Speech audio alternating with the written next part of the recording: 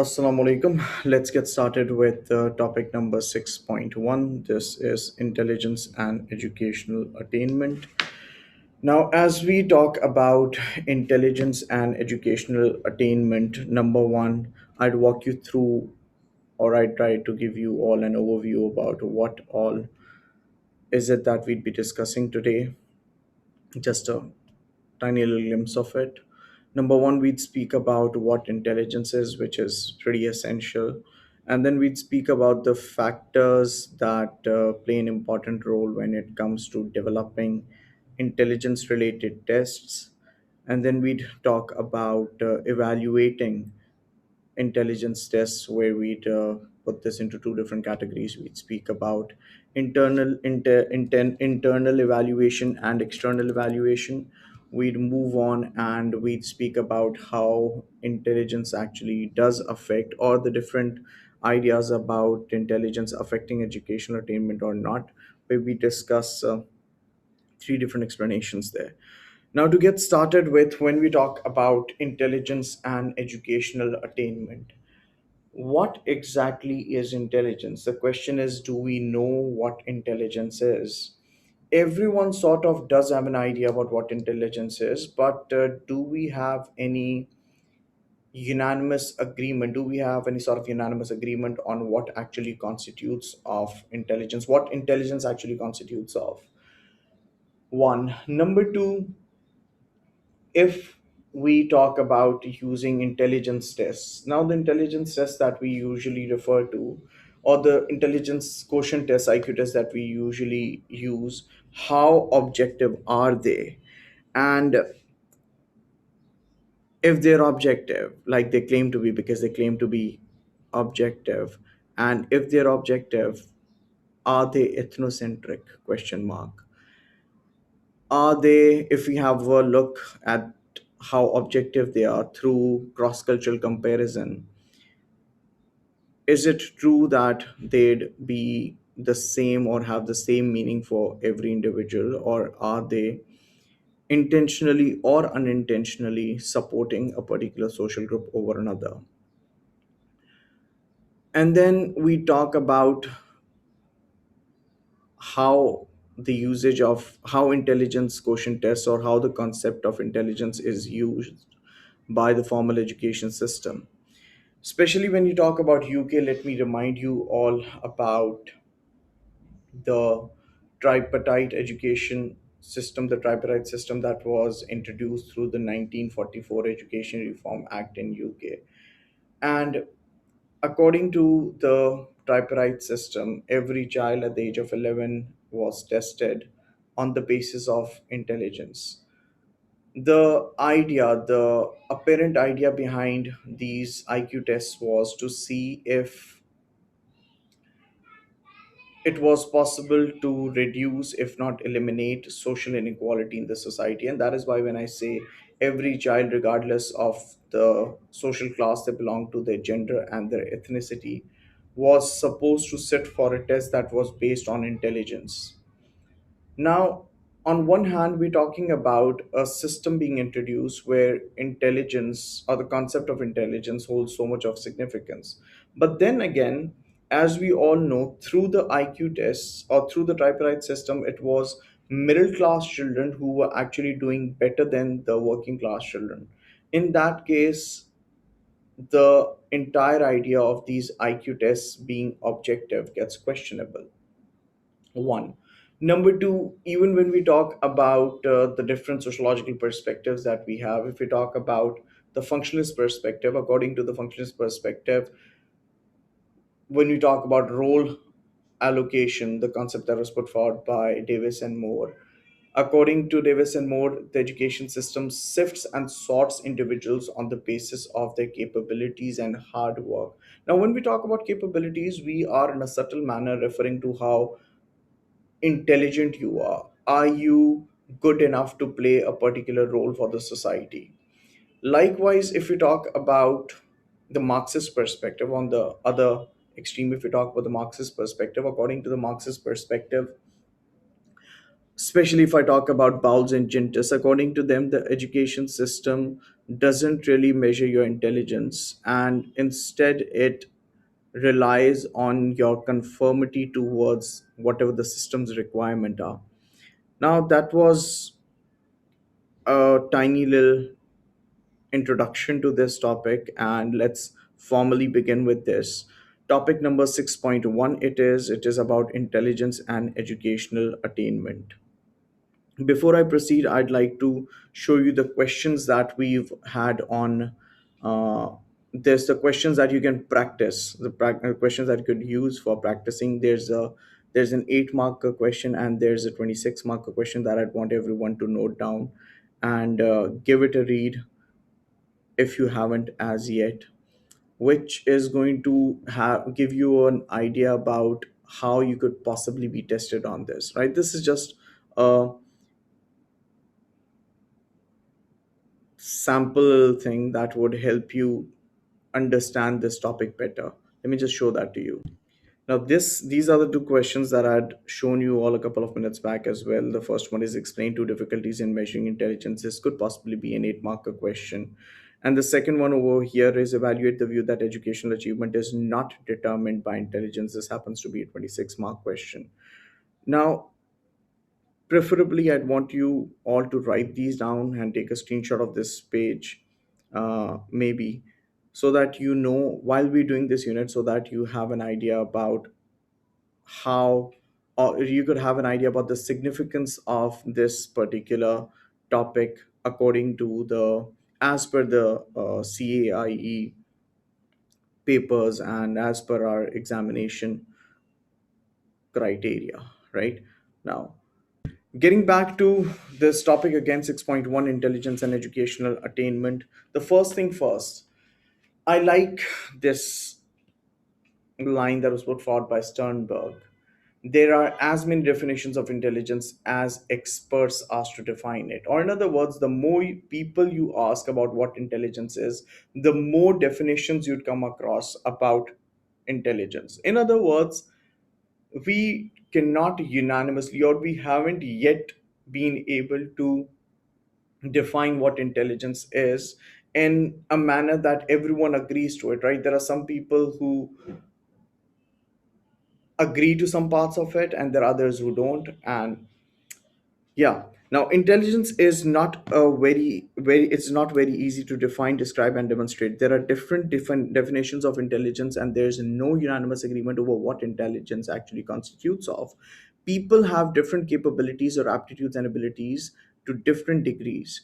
If we have a look at what Gardner has to say over here, according to Gardner, there are at least 7 distinct types of intelligence, ranging from conventional linguistic, mathematical, spatial abilities, artificial intelligence, emotional intelligence, interpersonal intelligence, so on and so forth, right? So the it wouldn't be wrong for us to refer to intelligence, the term, as an umbrella term, because there's a lot that comes under this, right?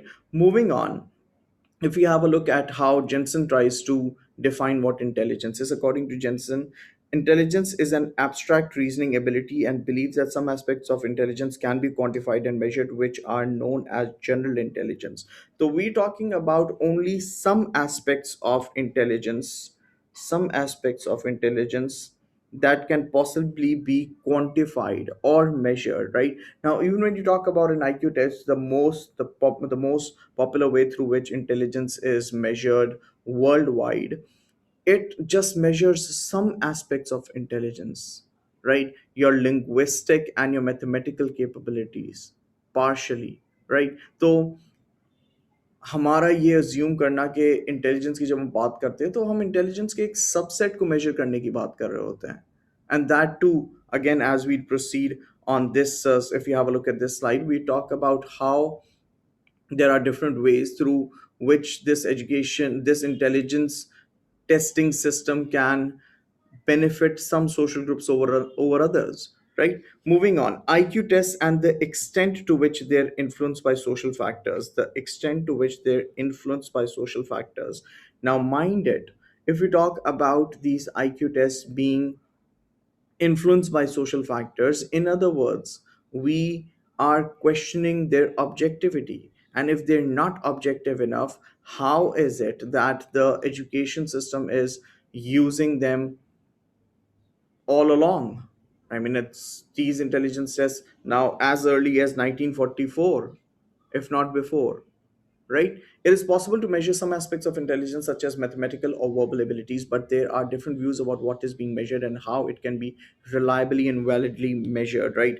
There are different views about what is being measured and how it can be reliably and validly measured. Now, what is being measured? Are you actually measuring intelligence, or is it only a subset that you're measuring? Number two, is it reliable? Remember, reliability has to do with the researcher getting the same results if a research is conducted more than once, right?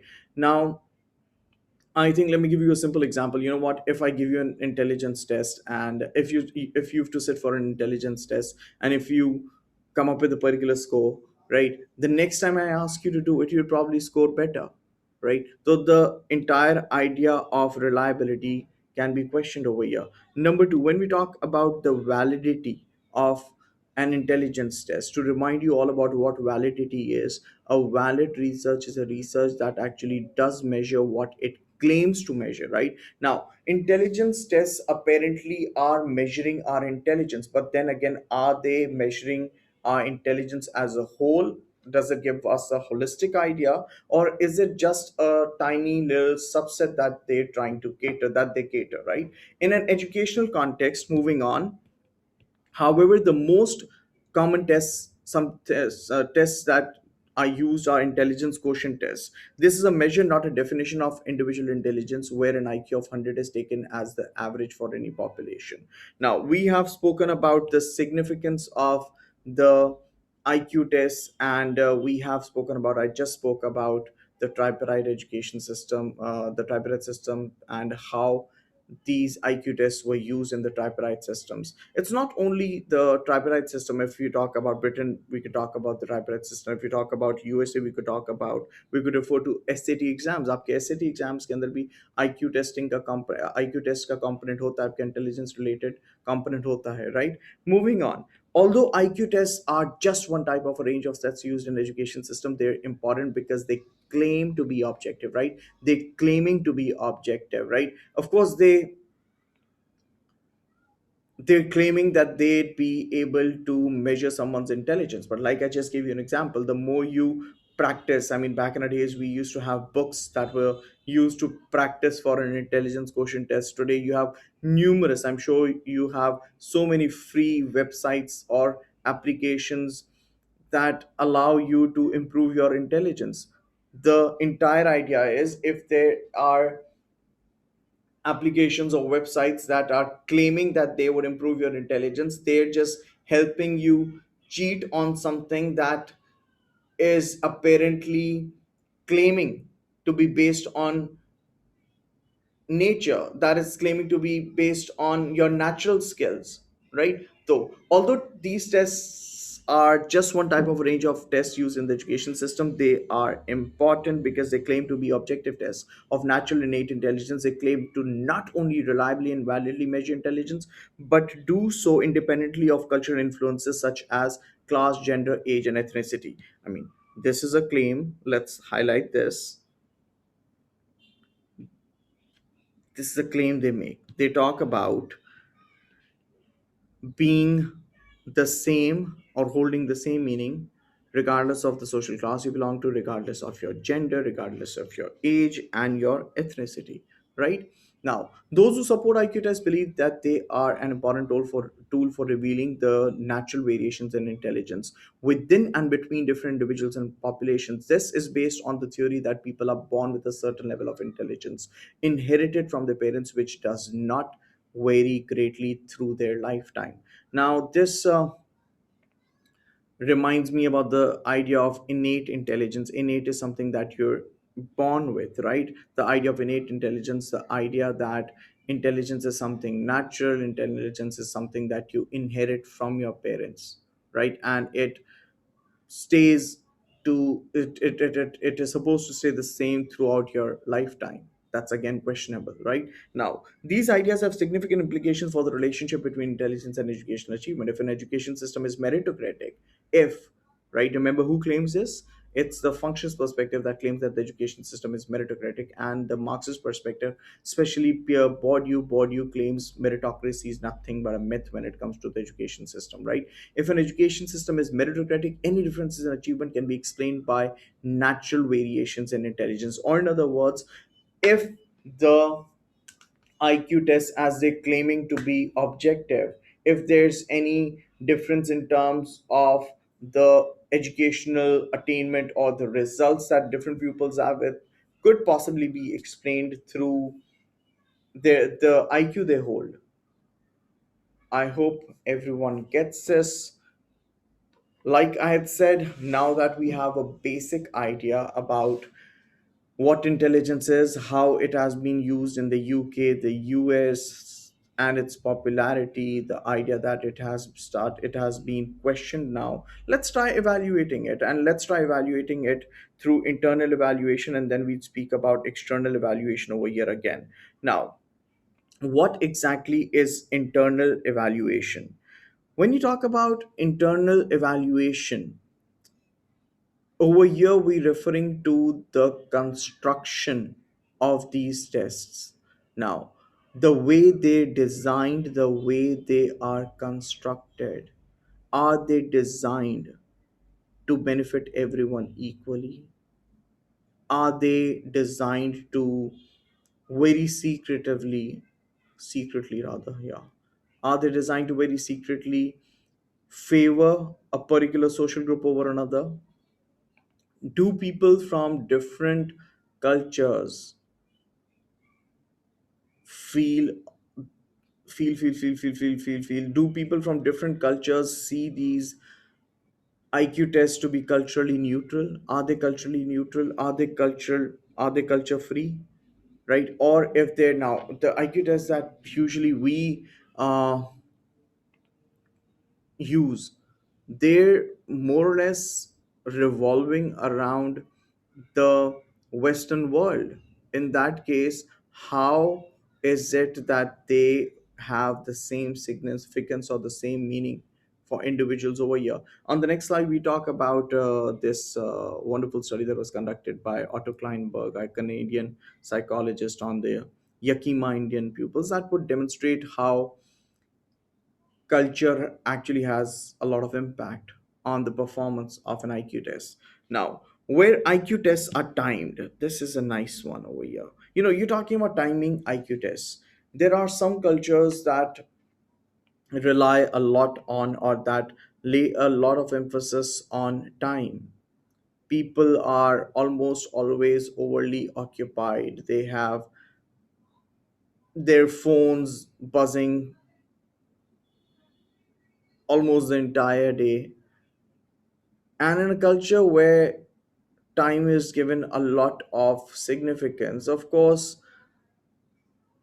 students from that culture, they would probably be in a better position to do well in a test that is timed, as compared to a culture that people over there, they're simple, they tribal societies, they have a very laid back attitude, they're not very self oriented, if that counts over here, right? So where IQ tests are timed, for example, students who are familiar with the question format are likely to perform better than those who are not.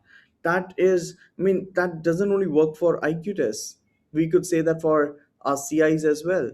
The more familiar you are with the type of questions you'd get in your CIs.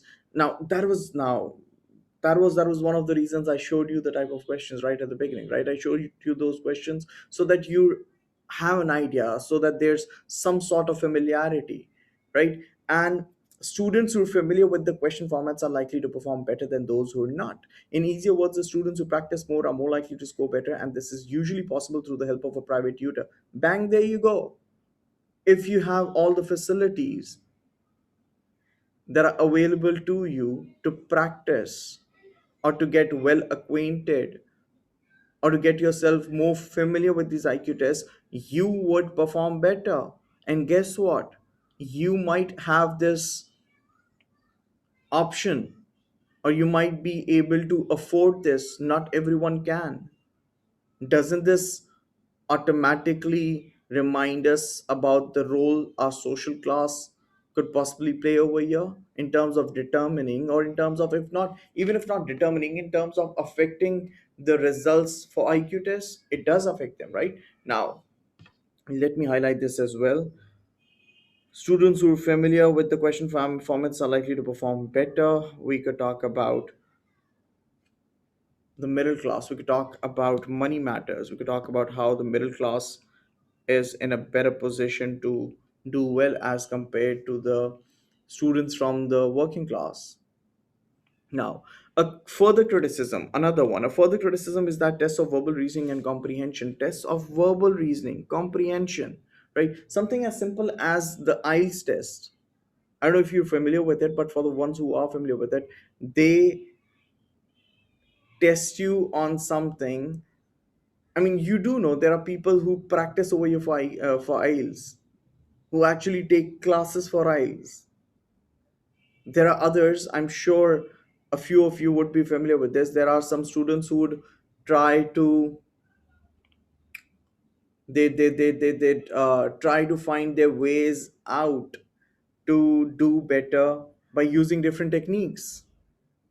How is it, if someone is learning all the techniques through which they can do better, how is the IELTS test actually determining your English?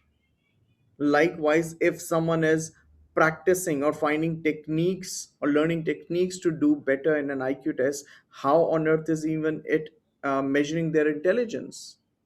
Right? Moving on. A further criticism in the test of verbal reasoning and comprehension, especially in societies with a diverse range of ethnicities, UK, right, make cultural assumptions that disadvantage children from ethnic minorities. For example, certain questions might assume that something is common knowledge, whereas it may not be known to those from minority cultures. There's a possibility. Now, UK is a multicultural country. People from different ethnicities live in the UK. If you are designing a test that is based on the Western world, it might not facilitate the others equally, right? According to Kaplan, in 1998, claimed that how well a person does on an IQ test depends on a variety of factors, and this could be their education, the reading habit, the experience with the attitude towards the test, their cultural upbringing, their mental and physical health, right? Now, your reading habits, the more you read, the more exposure you have, that would improve your chance of doing better with the IQ test. How is it natural then? Your experience with it, if you're doing it for the 20th time, you're bound to do better. Your attitude towards the test, how seriously are you taking it? If you're just sitting for an IQ test because someone forced you to and you don't want to, you wouldn't do well. Your cultural upbringing again, your mental health, your physical health, all of these, they are determining factors that affect your score on an IQ test. Now, we've discussed all of this under the heading of internal evaluation. Remember, my kids, when you talk about internal evaluation, we have focused on the construction and application of these tests. How is it that these tests are constructed, and how is it that their results are applied, right? Taking it a step ahead, a similar line of criticism focuses on addressing the idea that different classes and social groups have distinctive subcultures which affect their performance on IQ tests. Now, people having distinctive subcultural values that might end up affecting the performance on the IQ test. And this needs to be taken into consideration and when comparing the scores of these groups with others. This is the gentleman I was talking about, the Canadian psychologist Otto Kleinberg. He conducted his study on the Yakima Indian children living in the Washington. Now, according to Kleinberg, when he compared the, what do you call it, when we made these children from the Yakima Indian background sit for a test, when he gave them work to do, what he found out was that these kids, they were equally good at doing what they were asked to do. It's just that they took more time probably because in their culture, time probably isn't given that much of value. There are kids, there are students who'd walk up to us as teachers saying, "Oh, sir, I knew the paper so well, I just couldn't finish on time." Remember, that's another aspect that the CI people are trying to test. If you're able to complete it in the time that you've been given, Now, for Otto Kleinberg, these Yakima Indian kids, they did equally well. Where they went wrong was the amount of time they took. Let me read this for you. This argument is best illustrated by the testing of non Western populations with Western IQ tests. The Canadian psychologist Otto Kleinberg gave a test to Yakima Indian children living in Washington state, USA. The test consisted of placing variously shaped wooden blocks into the appropriate holes in a wooden frame as quickly as possible. The children had no problem with the test but produced low scores because they failed to finish within the required time. Kleinberg argues on the basis of this. Kleinberg argues that this does not indicate low intelligence but simply reflects the children's cultural background. Like I said, their cultural background probably did not emphasize a lot on the amount of time that they spent doing something. It's very simple. You compare someone, you compare your parents, you compare yourself, you compare us. You know, the amount of things that we plan up for a day. Now, for this class, I had mentioned this. I just stepped into my office and I took 5 minutes and then I got started. Once I'm done with this, I have other classes planned up. There's so much that we plan on catering in a day. However, if you talk about somewhere in the rural parts of our country, I'm not saying they're always free, but their days aren't this occupied. I hope everyone gets this. Unlike Western culture, the Yakima did not place a high priority on speed. Now, this was all of this that we discussed over here was under the heading of internal evaluation. We'd move on and we discuss external evaluation over here, right? As we take this forward and we discuss external evaluation over here, number one, IQ test, the wider ideas about validity, right? The wider ideas about validity is what we'll be discussing under the heading of external evaluation here. And like I said, we've spoken about validity. Validity is the extent to which your testing mechanism actually does measure what it claims to measure. In other words, does a research actually measure what it again claims to measure? Yeah. Now, a criticism of this is focused on the ecological validity of the test. Now, when you talk about ecological validity has to do with the extent to which a test is conducted in its normal natural environment.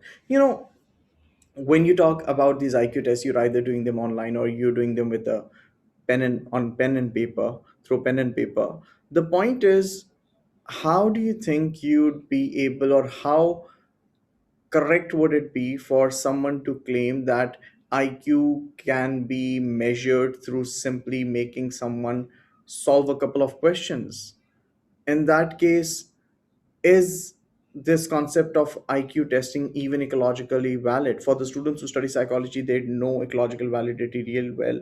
For the sociology students, we study this in AS while doing research methods as well. Ecological validity, the extent to which a study is conducted or research is conducted in its true environment, right? By merely getting a questionnaire filled or by getting it done online, you might not be able to test individuals the way they should have been tested, probably through practical means, right? By putting them in a situation through which they could come out. A criticism focused on the ecological validity of the test. The fact that these tests take place under artificial conditions mean that they're actually measuring test taking abilities. That's another point. They're probably only measuring test taking abilities. Few kids are really good with test taking abilities and others aren't.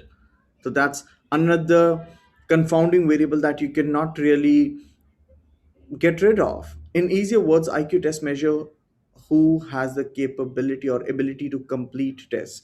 According to Burden, the concept of intelligence is both problematic and context dependent. It's too complex to be simply reduced to forms of intelligence tests. Now, that's a nice one. You could use this as a conclusion as well. According to Burden 2004, the entire idea of intelligence is too problematic, it's too context dependent, and it's not as simple as individuals claim it to be, like, right?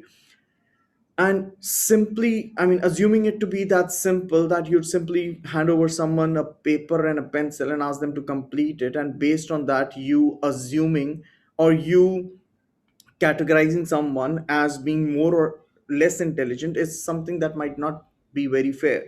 According to Flynn in 1987, argues that psychologists should stop saying that IQ tests measure intelligence. They should say that IQ tests measure abstract problem solving abilities. They measure abstract problem solving abilities. In other words, what IQ tests actually measure are two possible types of intelligence. Like I said, the linguistic and logical mathematical abilities. If any one of you has ever sat for an IQ test, you'd know what I'm talking about, right? They probably measures of your abstract problem solving abilities that are merely testing two aspects, two possible aspects, that is your linguistic skills and your logical mathematical abilities, right? Now, another thing, you know what if we talk about someone who is illiterate, cannot really read or write? Does that mean they're not intelligent, or any by any mean any less intelligent? That wouldn't be fair, right? Now, this is significant in the context of understanding the relationship between educational achievement and intelligence, as it suggests that decisions were made to decide what would be considered a valid measure of intelligence. Any relationship between the two is biased in favor of social groups who have the power to define what intelligence is. Do you smell Marxism? I do, right? Any relationship between this is biased in favor of social groups who have the power to define what intelligence is and how it is expressed in terms of educational achievement. The power people hold. Now, you could link it up with the topic we did last, right? The power people hold about validating or about approving the way through which intelligence can be measured, and including this as a part of the educational attainment of a pupil. Now, we spoke about the problems that we come across when it comes to defining intelligence. We spoke about the social factors that contribute towards designing IQ tests. We spoke about internal evaluations. We spoke about external evaluations. Let's move on and talk about, what do you call it? Let's we'd be talking about the three different approaches. The approaches, there's this approach that claims that yes, there's a positive relationship between intelligence and educational attainment, and there's this approach that claims no, there's no relationship between education and intelligence. And the agnostic approach refers to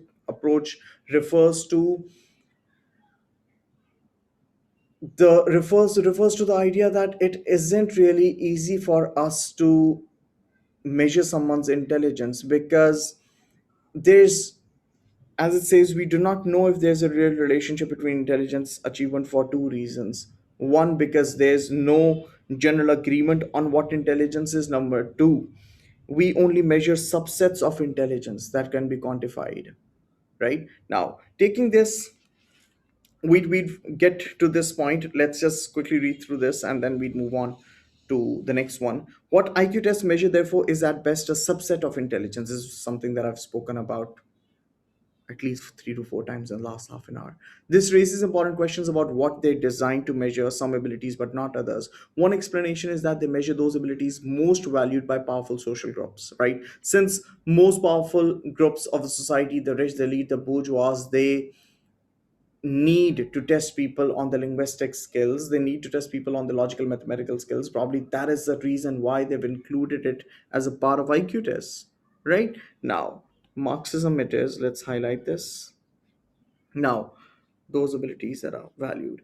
IQ test is part of a process of cultural reproduction in which the power to define an object and objectively measure intelligence is a valuable social resource. This is related to the last topic, that is influence on curriculum, that we did in the last class. Intelligence is defined in ways that reflect the particular class, gender, or ethnic interests of powerful groups. If lower ranking subordinate social groups accept or are unable to challenge this definition, it both cements their lower position. There's this testing system.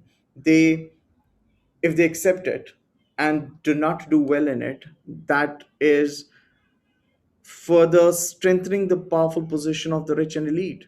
And it is not only strengthening their position, it is also justifying any differential treatment they receive. See, there was this test you were supposed to sit for, you sat for it, you did not do well, and now that you haven't done well, you shouldn't really complain for the treatment that you're receiving now, right? Because remember, the idea is that it is based on an objective criteria, right? Children of the upper and middle class, for example, are seen as achieving more not because of their privileged position, but because they're simply more intelligent and so more deserving. It serves as a justification for social and academic segregation based because it's based on objective criteria, right? Now, we highlight social and academic segregation over here, the link, right? Taking it further, from this perspective, IQ tests. Now, from this perspective, we're talking the Marxist perspective here, right? Now, from this perspective, IQ tests are the concept of intelligence they embody, are part of the ideological state apparatus. Remember Althusser, ISA. Convincing people that natural intelligence difference exists and can be objectively measured, it is a powerful form of social control. And how is it a powerful form of social control? Now that you have convinced people that they aren't now that you've convinced people that these tests are objective, you made them sit for it and you made them witness themselves that they have done less well. So uske baad to you can control them. It gets easier for you, right?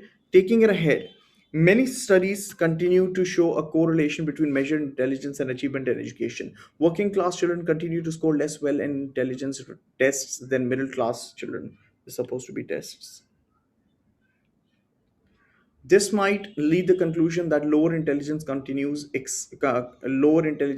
explain class difference in achievement. However, there are many reasons for not jumping to such a simplistic conclusion. As Bowles and Gentis have argued, simply because above average intelligence is associated with high academic qualification, it does not necessarily mean that one causes than another. I think I'd like to explain this in a bit of with a bit of detail. Now, for instance, see, what has been seen is that we're talking the relationship between intelligence and education over here. What has been seen is the high, the highly qualified you are,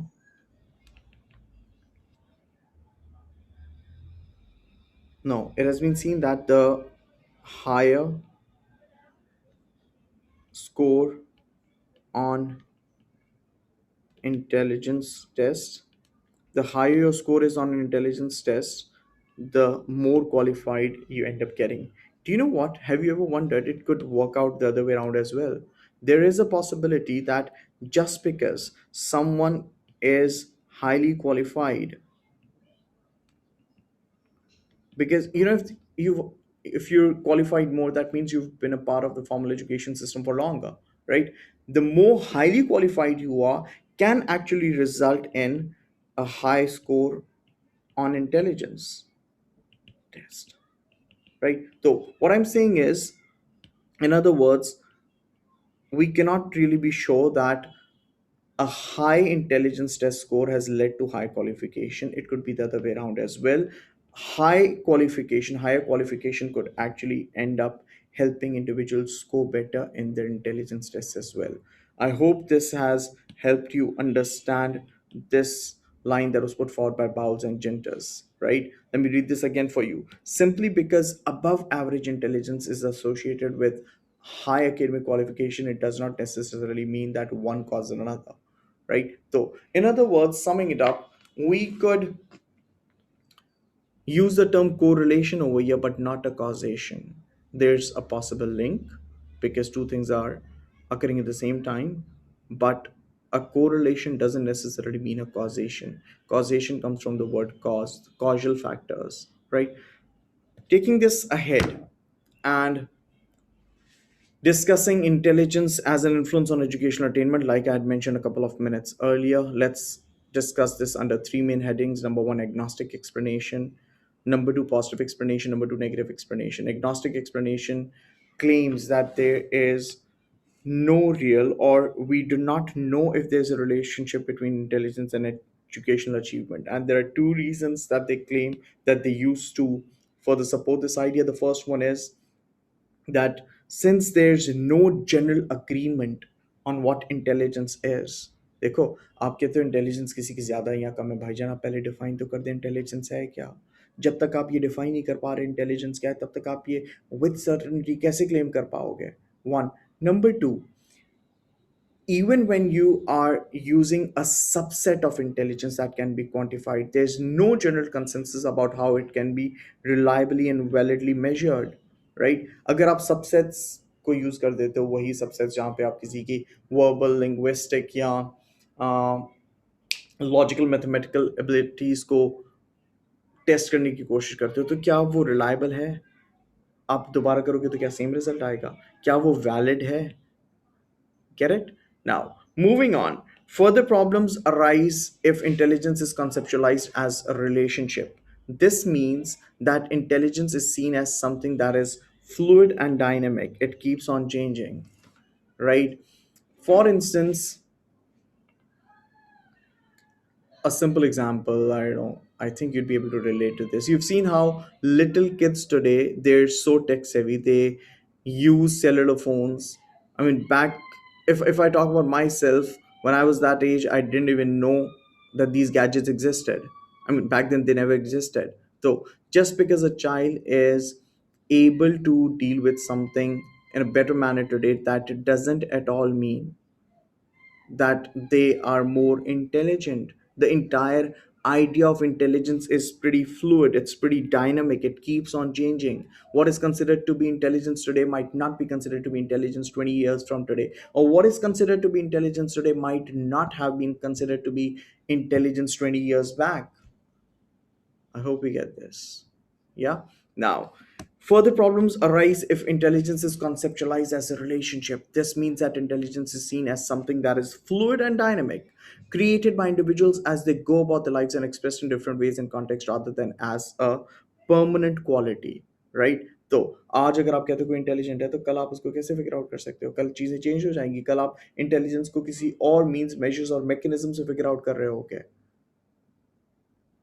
Taking it ahead, this position suggests that intelligence develops through cultural practices and ways of learning rather than being something we're born with.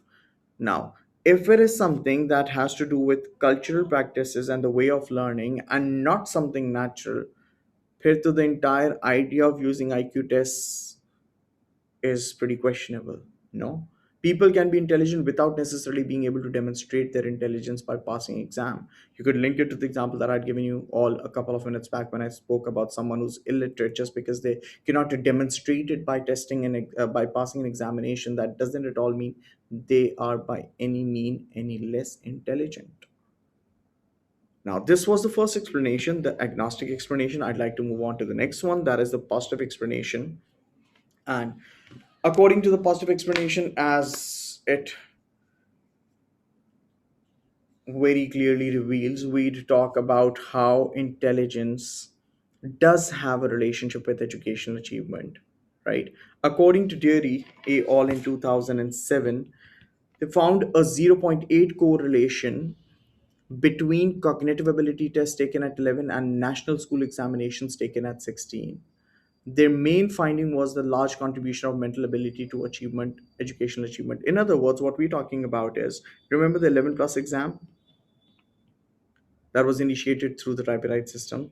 What has been seen that there's a high positive correlation between the kids who did well in this exam and their national school exams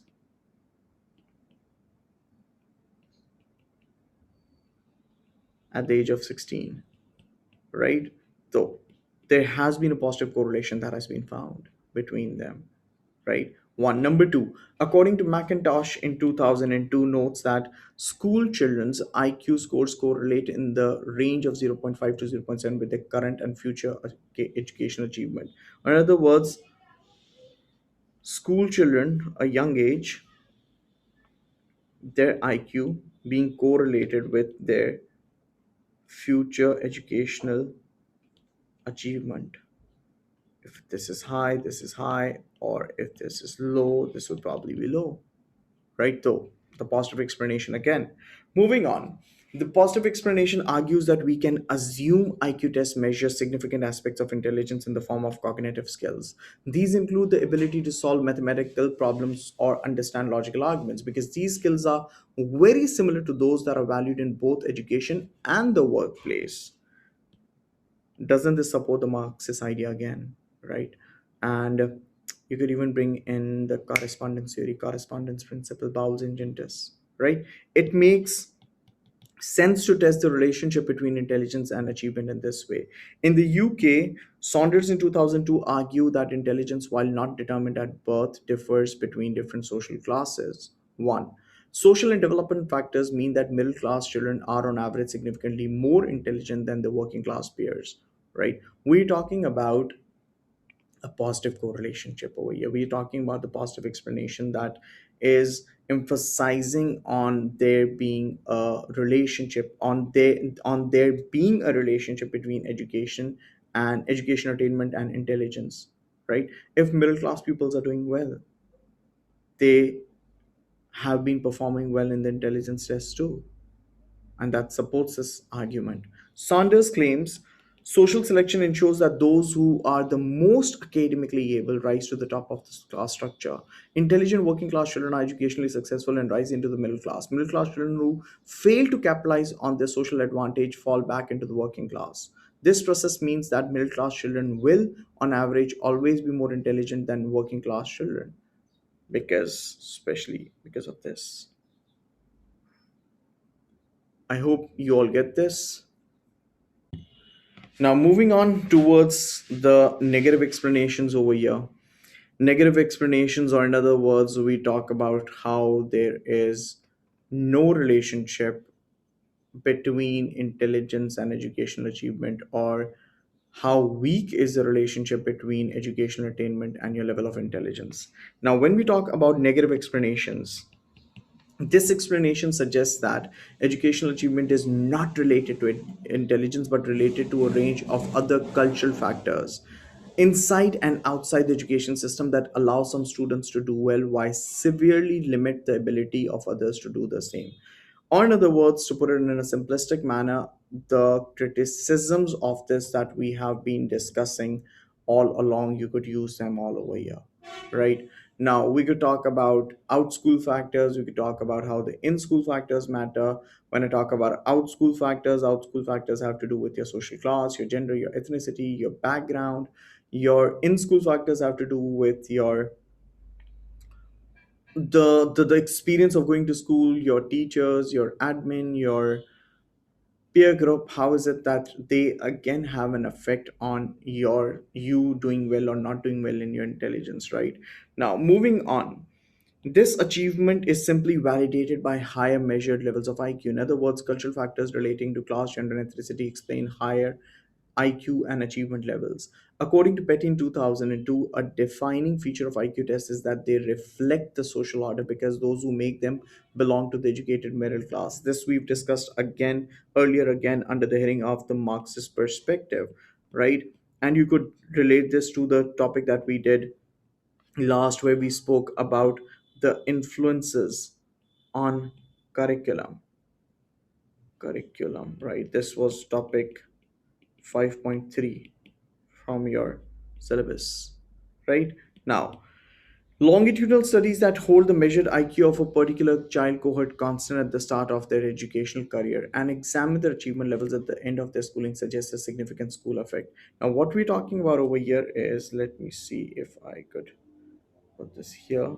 What we're talking about here is, if we conduct longitudinal studies, you all know what longitudinal studies are. Studies conducted for a long period of time where there is where there are developmental changes recorded. It has been seen that if you pick up a particular cohort, what is a cohort now? The generation you belong to, and the experiences individuals hold on the basis of the generation they belong to, right? If you pick up students from a particular cohort and you see, and if you keep their IQ constant, in other words, We're talking about school children and young children who've just entered school. And if you measure their IQ, if the IQ is constant, right, towards the end, as school ends, as school children who've entered school or just joined school, and as school ends, if you have a look at their educational performance, right, you get to see कि despite of the fact कि उनका IQ constant रखा गया था तो भी कुछ लोग बेहतर परफॉर्म कर रहे होते हैं, कुछ बेहतर परफॉर्म नहीं कर रहे होते हैं। तो इससे हमें क्या पता चला, इससे हमें ये पता चला कि आईक्यू अगर आप कांस्टेंट भी रखते हो तो स्कूल का एक सिग्निफिकेंट इफेक्ट होता है on the educational attainment of pupils. Get it? Now, this we're referring to as the school effect over here. According to the Robinson's report in 1963, if IQ is held constant, it has been seen that UK, more than twice as many middle class students went on to study at degree level than the working class peers. Right? Again, the same thing, the same logic if you're keeping IQ constant. And if you're I mean, a child from the working class and a child from the middle class, and if their IQ is same when they've entered school, right? When they move on towards further education, it has been seen that the children from the working class they do less well, or in other words, the children from the middle class they do twice as well as compared to children from the working class. Now, over here, my kids, you guys can use the interactionist approach, micro level. You could speak about the interactionist approach over here. Over here, you could use the Marxist approach as a support if you're writing answers. Murayama et al. In 2012, German study of mathematical achievement found that IQ was only important in the initial development of mathematical competence. In the longer run, measured intelligence showed no relationship to mathematical achievement. Again, this is define the relationship between educational achievement and your intelligence. The references above suggest that the schools are middle class institutions and they confer hidden advantages to middle class children. There you go, Marxist again. There you go, Marxist again. Right? Now, moving on. According to Bourdieu, education reproduces the power and domination of ruling social classes through a combination of habits and cultural capital, and we've discussed both of them in detail in the previous class. Right? Now, this is pretty much it. The topic 6.1, where we discuss the relationship between your education and your intelligence. And if there's any question, you may type it down. And yeah, this was a relatively easier topic, but nonetheless, you do get questions on this. And I'd, I did show you the questions right at the beginning only. And yeah, do practice them. The more you practice, the better you keep on getting at them. And this is pretty much it for now. Since I don't see any questions, take good care of yourselves and stay happy, healthy, safe, and protected. Stay humble, spread positivity, spread smiles, and Allah Hafiz.